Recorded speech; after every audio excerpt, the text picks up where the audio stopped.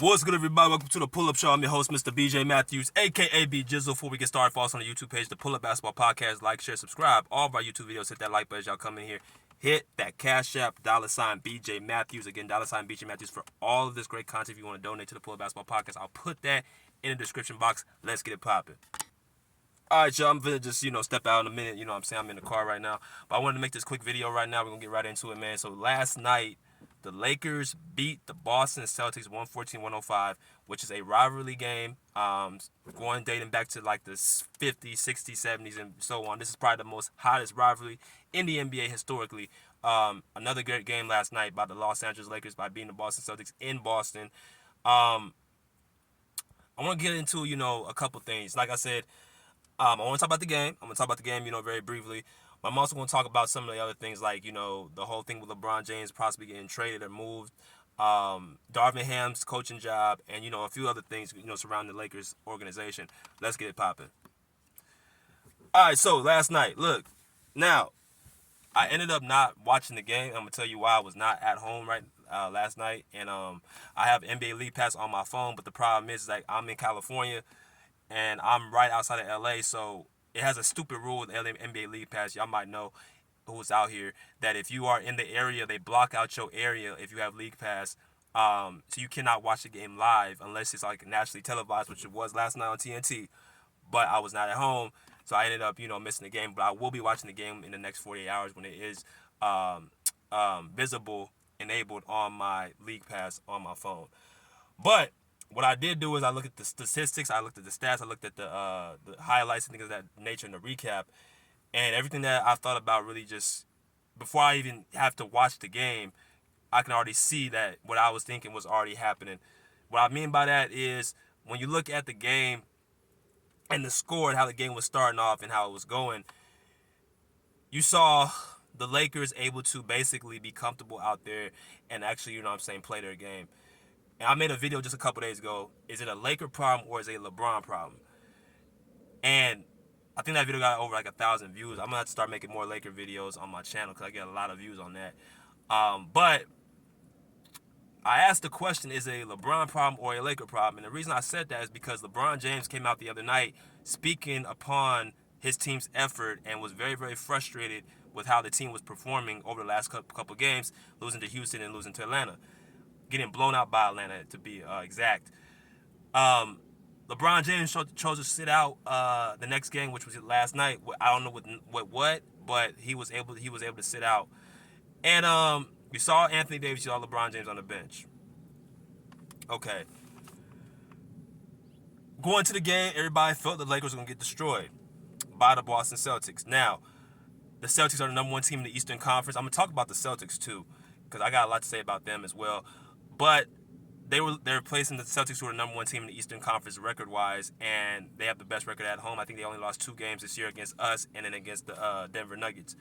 But nonetheless, I just watched the highlights and I watched the game recap and the stats.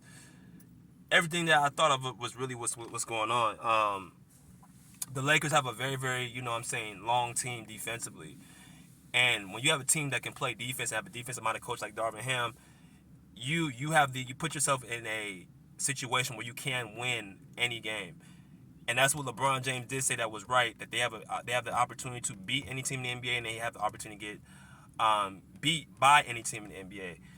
And like I said, when you play the Lakers, like, they're not talented. They don't have like a lot of talented scorers. They don't have a lot of talented, players. But what they have is a lot of grit, heart, and hustle and defense. And they got length on that team. They picked up Taurean Prince, Cam Reddish, Jackson Hayes, Gabe Vincent, who hasn't been playing. But they picked up a lot of defensive, gritty guys who have length. And I said earlier in the offseason, after they're trying to make a team to beat the Clippers. And I don't care who gets mad. I don't care who feels like, oh, you talking about the Clippers again. Nah, they are trying to build a team to beat our team, because what did we have previous to last year before getting James Harden? Length at the 3 and the 4 position, right? We had Robert Covington, Marcus Morris, Nicholas Batum. We picked up KJ Martin, in the offseason, and then we let all those guys go to get one James Harden, which has been I have no complaints about the trade, but I'm just trying to make a point. The Lakers are trying to build a team to beat the Clippers because that's been the team that's been having their number. But that's nonetheless, they had an opportunity to win last night because they played defense. Austin Reeves had 32 points on the Boston Celtics defense last night, which is not worth a damn, which to me speaks to just how badly I think their defensive scheming is and how their personnel has dropped off, right? Marcus Smart and Grant Williams obviously were losses for that team.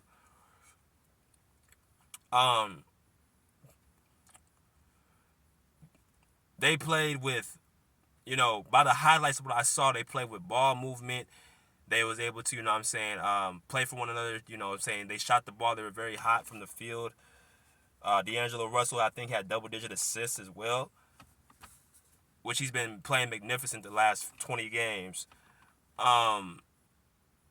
It was a group effort last night, man. And if I'm a Laker fan last time, I'm looking at this team, I'm like, we don't need to make any big moves. All we need is our stars to be able to be on board. Now, there's an agenda going around because they want to try to save a certain somebody that the Lakers are not built for a championship, even though they went to the Western Conference Finals last season. Me personally, if I look at this team, you got a coach in Darvin Ham who the players obviously want to play with. They don't want nothing to happen to him because they could have easily just, quit that game last night. I mean, they could have been like, you know what, we ain't got our two best players. We're in Boston. We're in a hostile environment. This is our rival. We're not going to show up to try to play at a high level. But they didn't do that. They didn't fold. They played hard and they got the win. And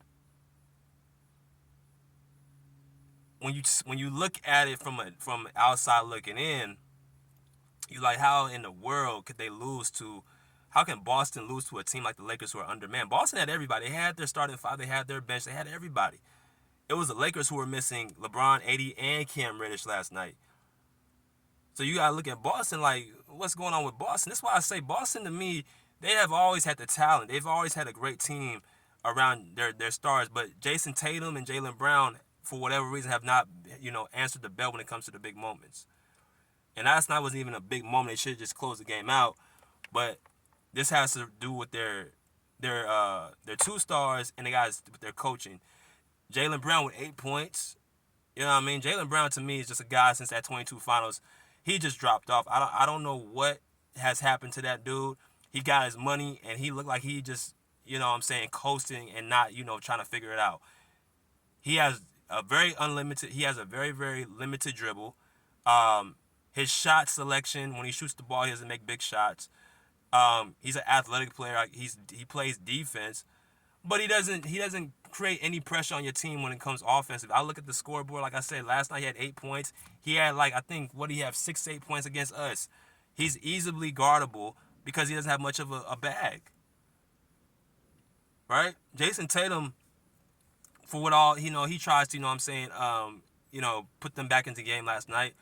But it's another level that Tatum has not reached. And this is what goes back to what I said about Jason Tatum.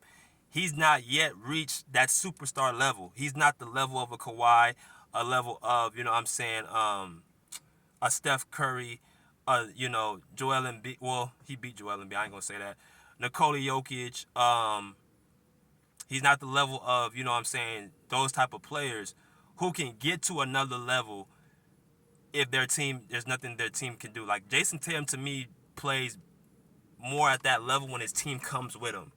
You know what I mean? But when a team like last night with the Celtics where they're struggling, with Brown, KP, Al Horford, their stars are struggling. Derek White, Jason Tatum, you won't see him have like a 30, 40-point performance. He won't just pick his team up and just say, okay, come with me. That's not what he does. He needs his teammates to come with him for them to have a chance to win, or else something like what happened last night will happen. So I'm all Boston. I've been all Boston for like the last 2-3 seasons, man. They gonna do well in this season. They gonna get into the playoffs, and then when it gets to their two stars to call, get the job done, they're not gonna get it done. That's my humble opinion. But nonetheless, go back to the Lakers.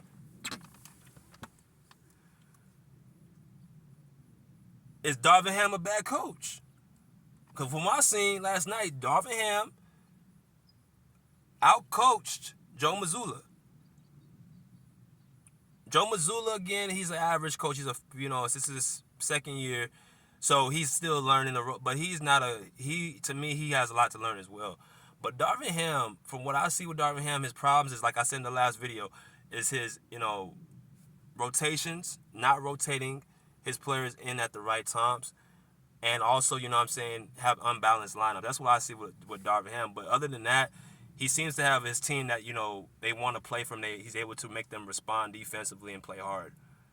And when you have a coach like who you want him to play for, then you put yourself in a position to, win a game like last night. And also, why I think the Lakers won is because they were able to play freely and they were able to play without, having, it's like I said before, when you come to work, you don't want to come with stress on your mind. You don't want to come with, oh, I don't know if I'm going to be on the team next game or next week or the trade deadline. I want that to keep, because these players, again, they read these reports. They see what's going on. They see what, people be saying about them in the, media outlet. He heard the chance last night or the last game against the Atlanta Hawks, D'Angelo Russell say, we don't want you. Like stuff like that, it definitely comes where it's going to bother a certain person at some point, because they're not dealing with just their career, their families. They move from one city to another. That just not doesn't affect the player. It affects their family as well. But on a basketball standpoint, them not having LeBron and Anthony Davis on the court opened up it opened up everything else for everybody to do something else on the court.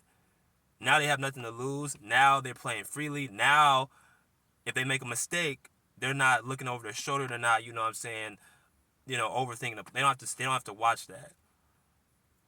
Last night, in my opinion, was a game where you look at it like from on a piece of paper, you're like, damn, this team has a lot of great, heart. They got, guys who over there who can play, who want a ball. And it's all about, the star players, if they're willing to, come together. That brings me to LeBron James. There was a report last night, about David Pingalore, who is a KTLA 5 out here in LA reporter. I follow David Pingalore on Twitter. I follow him on Instagram. He has done work with the Clippers as well. I've met him before at the games.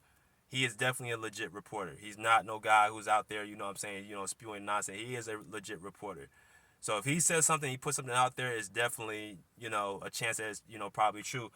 You guys know that he did break the Kawhi Leonard news, saying that there was, his sources telling him that he was close to signing a deal with the Kawhi Leonard and the Clippers, which tells me everything I need to know, that he is well connected out here in LA.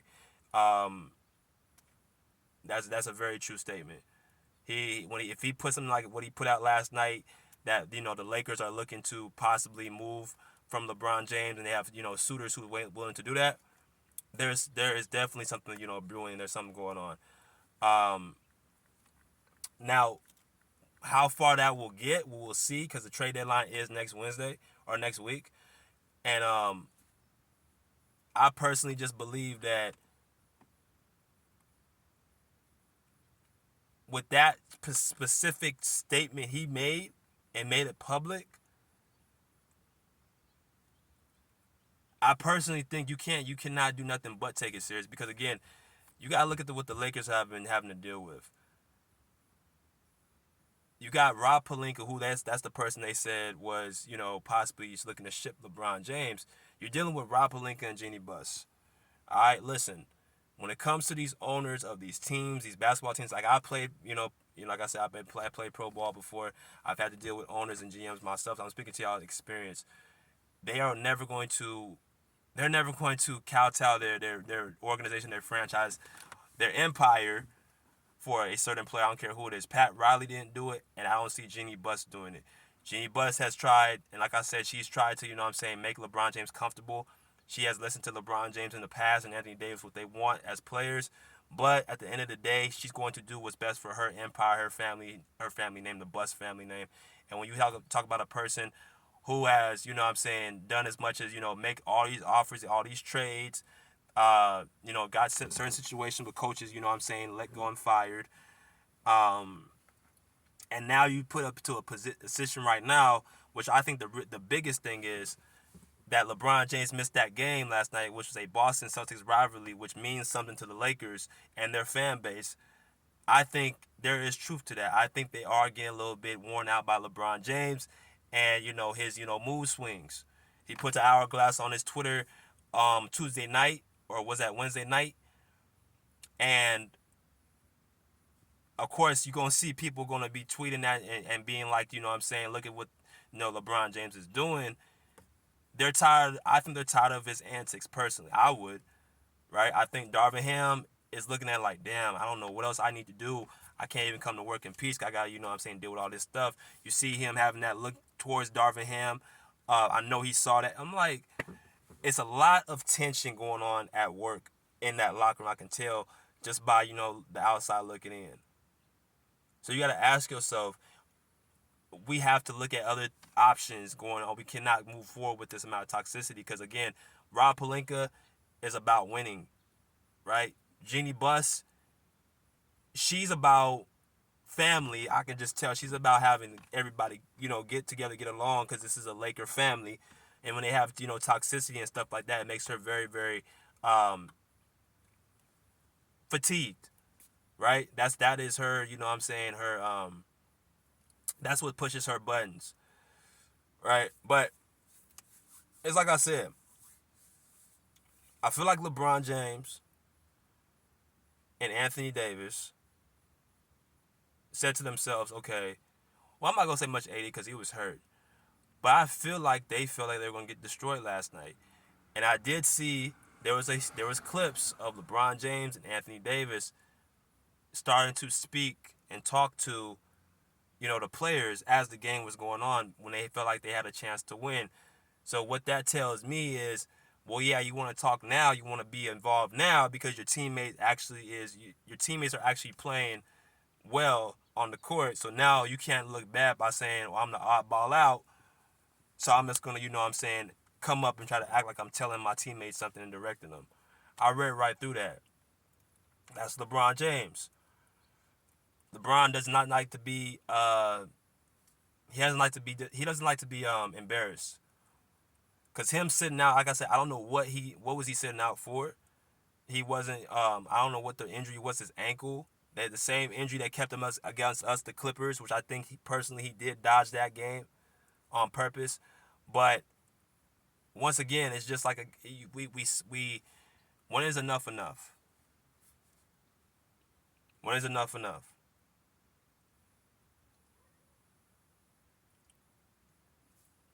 So now they got the Knicks on Saturday, the Knicks are playing amazing right now. They're actually, personally to me, the Knicks, if they get DeJounte Murray, they're going to be in the Eastern Conference Finals.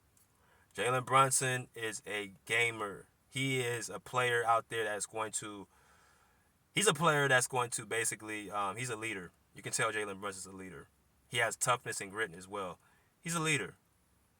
They got a bunch of defensive guys. OG Anunoby they picked up was a great pickup. Julius Randle, who's out with injury. Mitchell Robinson, who's been out. The Knicks have a great overall team, man.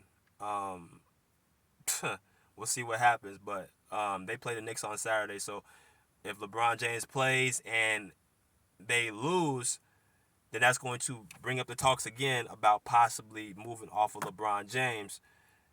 But if they win with LeBron on the court, then it's probably going to quiet that stuff down a little bit. Rich Paul, LeBron's agent, said that they're not going to be moving off LeBron. So, I expected that to, be reported by him. But I'm not really paying attention to that. I'm paying attention to what David Pingalore said because, again, this is somebody, again, who I know is well connected and well plugged in. And if he can see something like Kawhi Leonard going to the Clippers when nobody else did it, these big media outlets did it, I definitely believe that he has, some sources that, Rob Pelinka is at least looking to move off of LeBron James. So we'll see what happens. Again, I'll put the link or the description, the Cash App in the description box at the conclusion of this video. But until next time, we say pull up a seat, pull up a chair, pull up. Peace. Out of here like swimwear.